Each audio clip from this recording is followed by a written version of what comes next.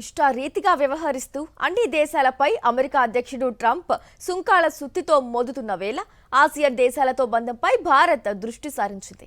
Asian దేశాలతో స్వేచ్ఛ వాణిజ్య ఒప్పందం బలోపేతమే లక్ష్యంగా భారత్ ముందుకెళ్తుందని ప్రధాని మోదీ ప్రకటించారు. అనిశ్చిత పరిస్థితుల్లోనూ ప్రపంచ సుస్థిరతకు, ప్రగతికి భారత్ ఆసియన్ సమగ్ర వ్యూహాత్మక భాగస్వామ్యం శక్తివంతమైన పునాదిగా మారుతోందని వ్యాఖ్యానించారు. మలేషియాలోని కౌలాలంపూర్లో ఆసియన్ శిఖరాగ్ర సదస్సు జరుగుతోంది. ఈ కార్యక్రమంలో ప్రధాని మోదీ వర్చువల్ గా పాల్గొని ప్రసంగించారు.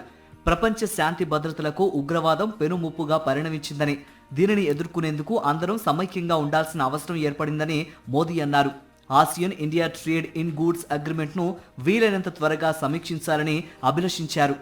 భారత్ ఆసియన్ దేశాల మధ్య ఆర్థిక సంబంధాలు బలోపేతమైతే ఇరు దేశాల ప్రజలు ఎంతో ప్రయోజనం పొందుతారన్నారు. ఇండో పసిఫిక్ లో ఆగ్నేయాసియా దేశాల సమాఖ్య కూటమికి భారత్ గట్టి మద్దతుదారుగా నిలుస్తోందన్నారు నరేంద్ర మోదీ. సమగ్ర వ్యూహాత్మక భాగస్వామ్యం అమలు కోసం Asian Bharat plan of action కు మద్దతు పలుకుతున్నట్లు ప్రకటించారు.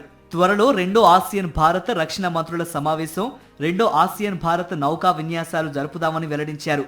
విశ్వ మానవాళిలో 4వ వంతు జనాభాకు భారత్ ఆసియన్ దేశాలే ప్రాతినిధ్యం వహిస్తున్నాయని చెప్పారు.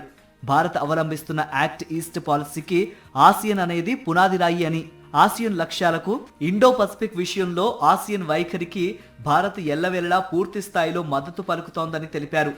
ఒడిదుడుకుల కాలంలోనూ భారత్ ఆసియన్ సమగ్ర వ్యూహాత్మక భాగస్వామ్యం అనేది సుస్థిరాభివృద్ధిని కొనసాగించిందని, ఈ బలమైన బంధమే యావత్ ప్రపంచ సుస్థిరాభివృద్ధి, ప్రగతికి కొత్త అంకురార్పణ చేస్తోందని మోదీ పేర్కొన్నారు.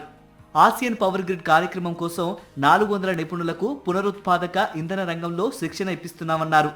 ఆపత్కాలంలో ఆసియన్ దేశాలను ఆదుకునేందుకు భారత్ సదా ఆపన్న హస్తం అందిస్తుందన్నారు మోదీ.